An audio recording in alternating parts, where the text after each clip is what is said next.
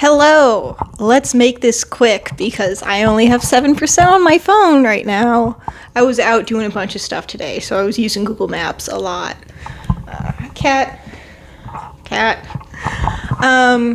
What I was thinking about earlier that I want to talk about, I figure I should probably make a video about it and actually, get the word out because I don't talk a lot. Well, I don't look up a lot on bipolar stuff. I know there's a ton of social media accounts that focus on their own diagnosis with bipolar. I know there's stuff, but I don't look at it personally. I don't. Hold on, let me move the chair. Get a little more close to you. Is this close enough? But keep moving my feet. I just don't. What I do know is from my own life. So, family history stuff. A lot of people died when I was in high school. And I have bipolar type 2. I was diagnosed when I was 14. I know I didn't necessarily have to have it, but it was triggered by a story that I'm not going to tell, okay? But I had it. I was diagnosed at 14. I was on medication from 14 through 19 years old, at which point all of the deaths really, really got to me, as well as I was in college. That was the last place I wanted to be, so it was just a lot of bad things combined, but it was definitely the deaths that took me over the edge. And I went into a depressive episode that lasted until last year when I was 22, at which point I felt good enough, open enough to reaching out for help. So I tried out one psychiatrist, and then personal stuff, stuff with work and stuff, so I stopped taking the medications that I was trying with her, as well as they made me feel terrible. Very much like the foggy head dissociative thing that you get when medications don't work with you, they don't mix with your brain, or you're at too high of a dose and you get that foggy brain thing. And then work stuff, and just things got so complicated in general. I stopped seeing her. Didn't want to try out the stuff that she was recommending because I didn't want to go back on the stuff that I had in high school. I wanted to try some other stuff, even though that stuff in high school was really, really good. But I wanted to see if something else would be better, just because so much has changed since I was in high school. Well, earlier this year, I decided to go into therapy for some separate personal stuff. And then I was feeling good enough with that. I was like, okay, maybe I should try my old medication that I was on. So I did. Got in contact with the psychiatrist who's up in Flagstaff now because I prefer to do in person, especially, on your first appointment. I know, a lot of things are through telehealth now, but I don't prefer that. But I had a telehealth appointment with her a couple weeks ago because I'd like to stick with her, so it's fine. And so I've been, since then, it's been a few months, since I've been on the old medication I had in high school. And I'm feeling a lot better. Yeah. Last year was really a turning point of where it's been long enough to be able to deal with things and just get on with living.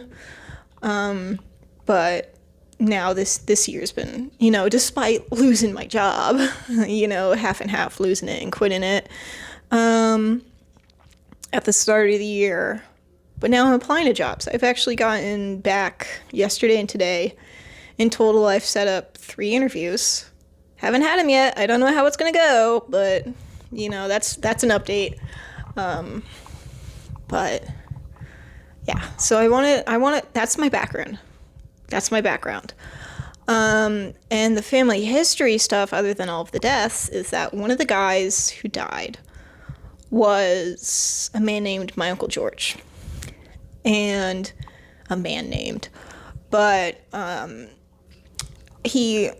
on my mother's side, there's son, George, a son, another son, and then my mother.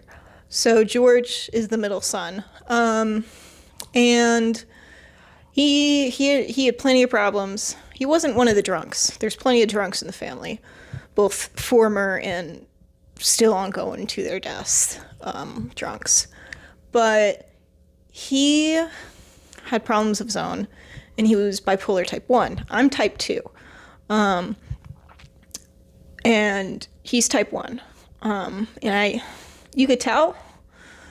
But he very much kept a routine.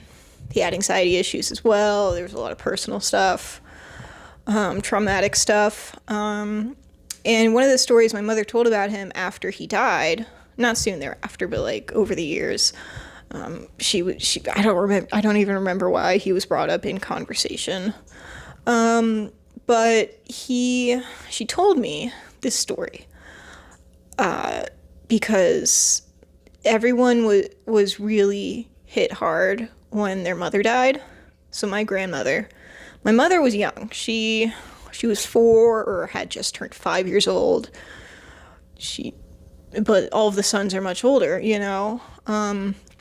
than her. And so they were hit really hard, and their father was hit really hard. I mean, it was terrible. And George was really close with her. And he was in college at the time, getting his bachelor's. He was in a long-term relationship with a woman he wanted to marry. He was going to propose to her at some point. That was his future plan.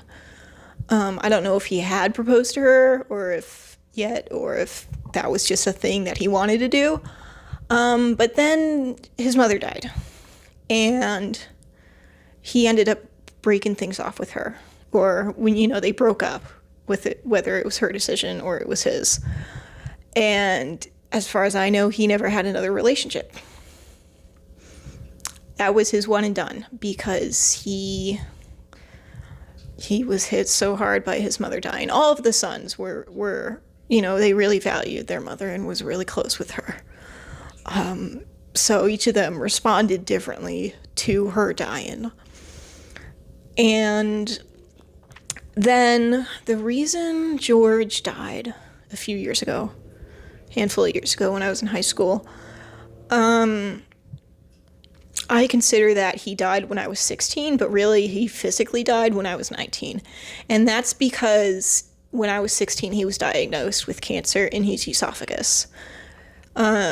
He ended up surviving it. Like, it was very manageable. It was just like a bunch of skin, scar tissue after the cancer went away, and then he had a bunch of scar tissue from the treatment of it. And so he had to deal with that.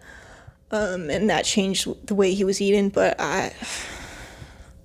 he got the worst I've ever seen someone get. Really, really depressed.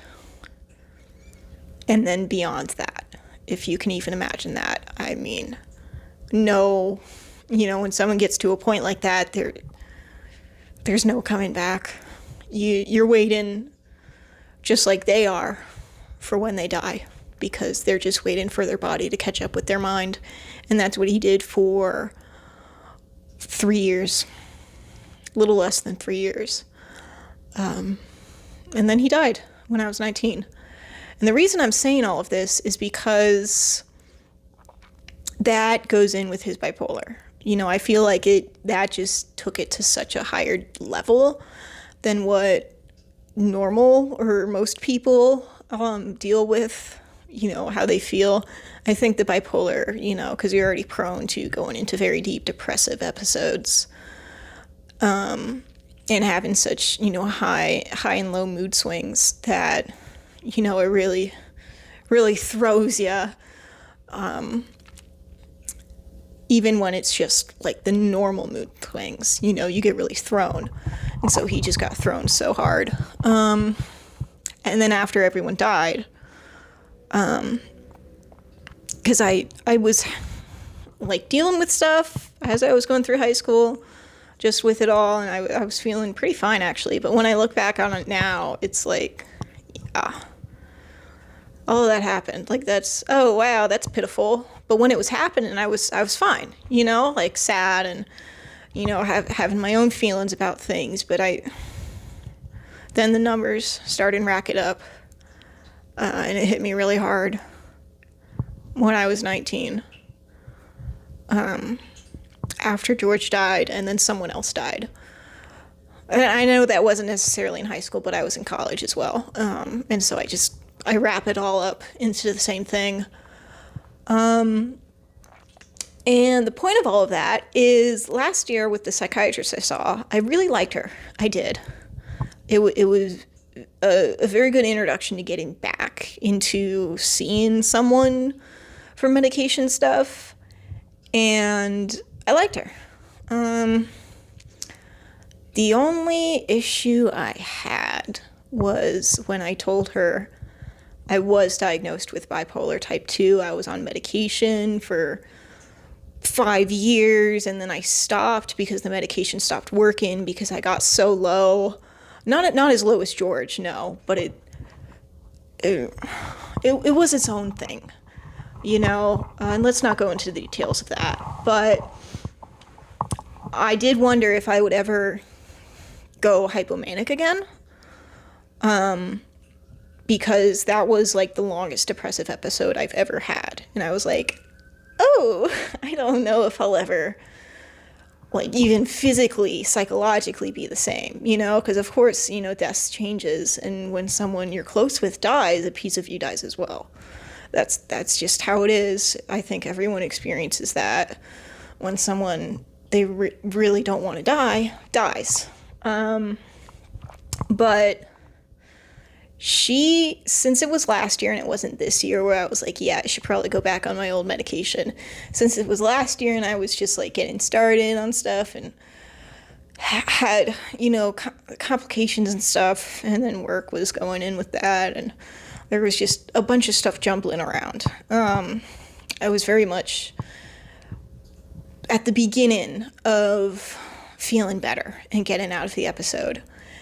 And when I explained that I was bipolar type 2, here's my history, here's what's going on now, it's been a few years since.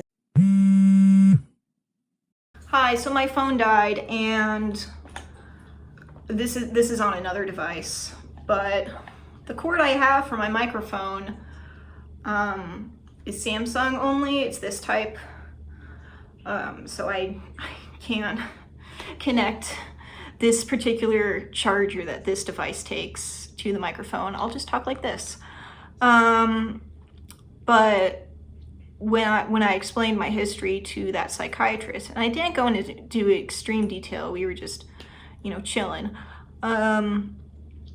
She told me, oh, it can't be bipolar, it must have been something else. Because when you're bipolar and something traumatic happens, you go up instead of down. So it must have been something else. And that was it.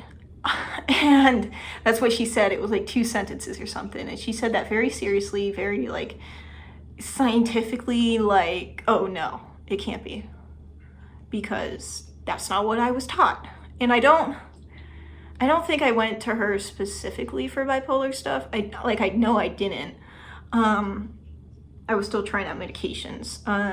But like I didn't look up her specialties in, what she was most experienced in with psychiatry. I didn't look that up specifically for bipolar. So that's probably why she was so dismissive. But she really said that, like, there's nothing you can say to me to change this thought that she had. And I was so surprised. I was so taken aback by how unsympathetic it was. I mean, and she was a pretty fine lady. She was fine. She didn't talk in that like clinical psychiatrist way, but it wasn't as offensive as it was in that moment. I mean, I was so surprised that I was like, I didn't respond at all. And I was like, oh, okay. And we moved on. And that made me question even more if I was actually still bipolar, because I know it's a lifelong thing, and I know there's always going to be like mood issues with me. But specifically the diagnosis bipolar type 2, I don't know if it had changed from that. Again, I know bipolar is a lifelong thing, and that's why she said it, of like, oh, it's lifelong. If you're not experiencing it recently, oh, there must have been something out. Because it's like usually like an episode will last, not for me personally. I'm much quicker to change in episodes, to change in moods, and that's just how my brain has always been ever since I was diagnosed. Like I'm talking weeks. And that's just how it's always been. So I'm not concerned about that.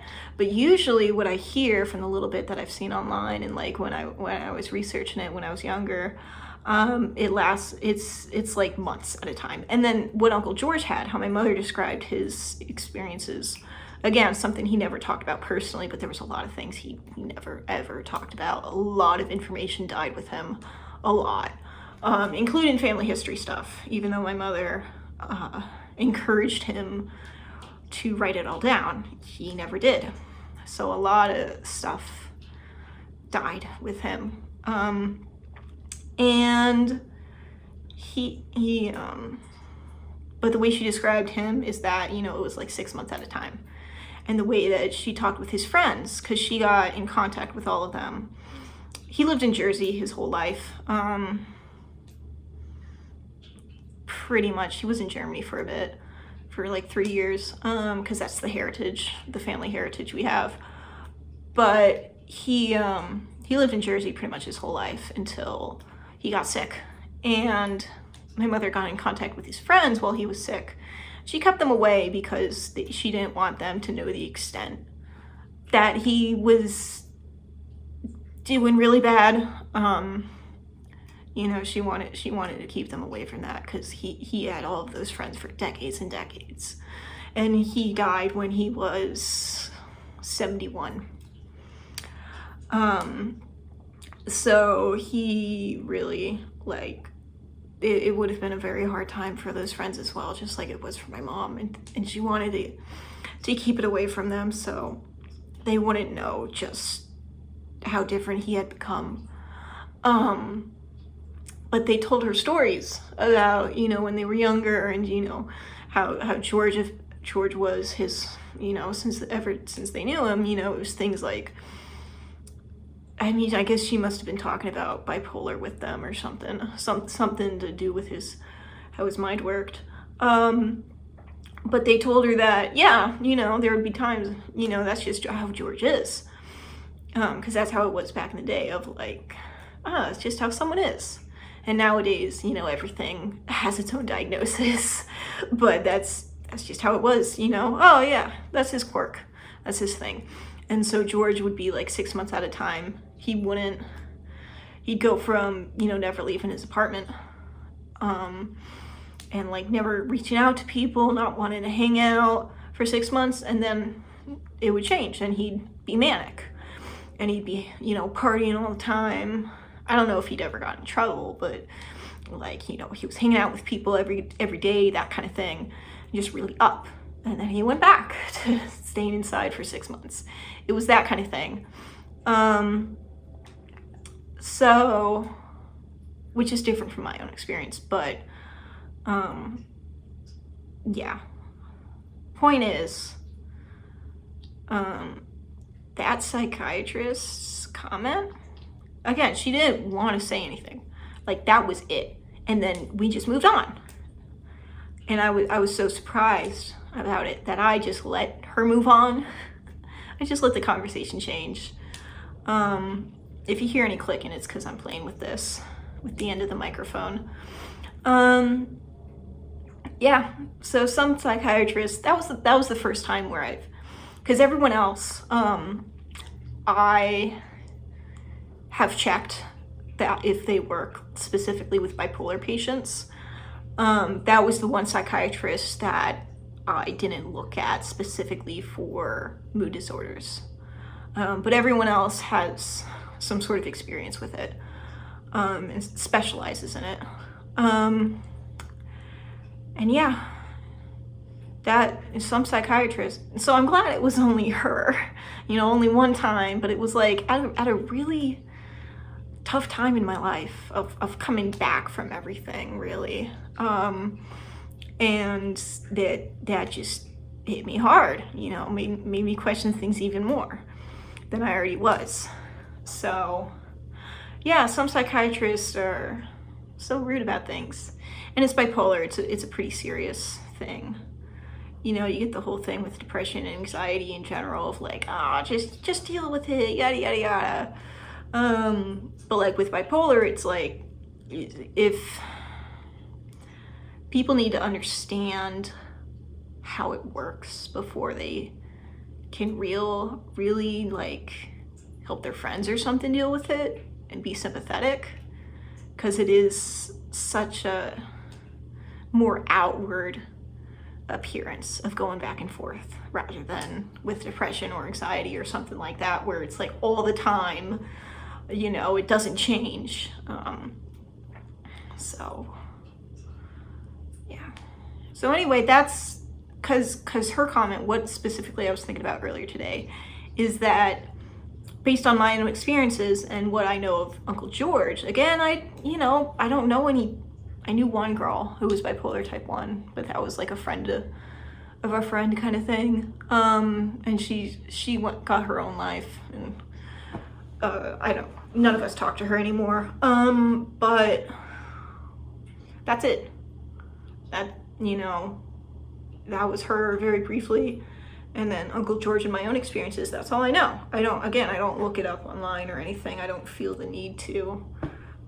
I got enough of my own life, okay? I don't need to. But just in general, like, I haven't seen anyone talk about that really. Of, oh yeah, this really traumatic thing happened and so I became manic.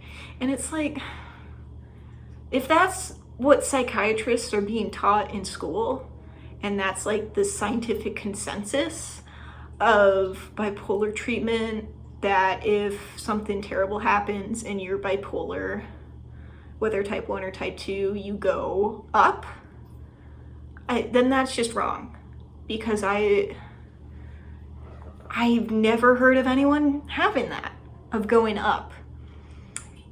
And like, sure, I guess sometimes like it could go either way. But what makes sense for traumatic events is that most people in general get sad. They go down. So why would it be, oh, you have to be manic if something traumatic happened to you, or else you're not actually bipolar? Like, why would that be the thought process, dude? So yeah, just, I guess my warning to the internet is watch out for that. And it acknowledges bipolar exists, but it's also being really dismissive to an individual's own experiences and being like, oh, you can't actually be diagnosed with this because you didn't respond in the way that I expected you to. Even though the response is totally not controllable anyways. So I guess that's another thing you have to be worried about when you're trying to get psychiatric help. On top of people just being generally dismissive of like, oh, that doesn't sound like something that exists. Oh, you seem fine. So, yeah.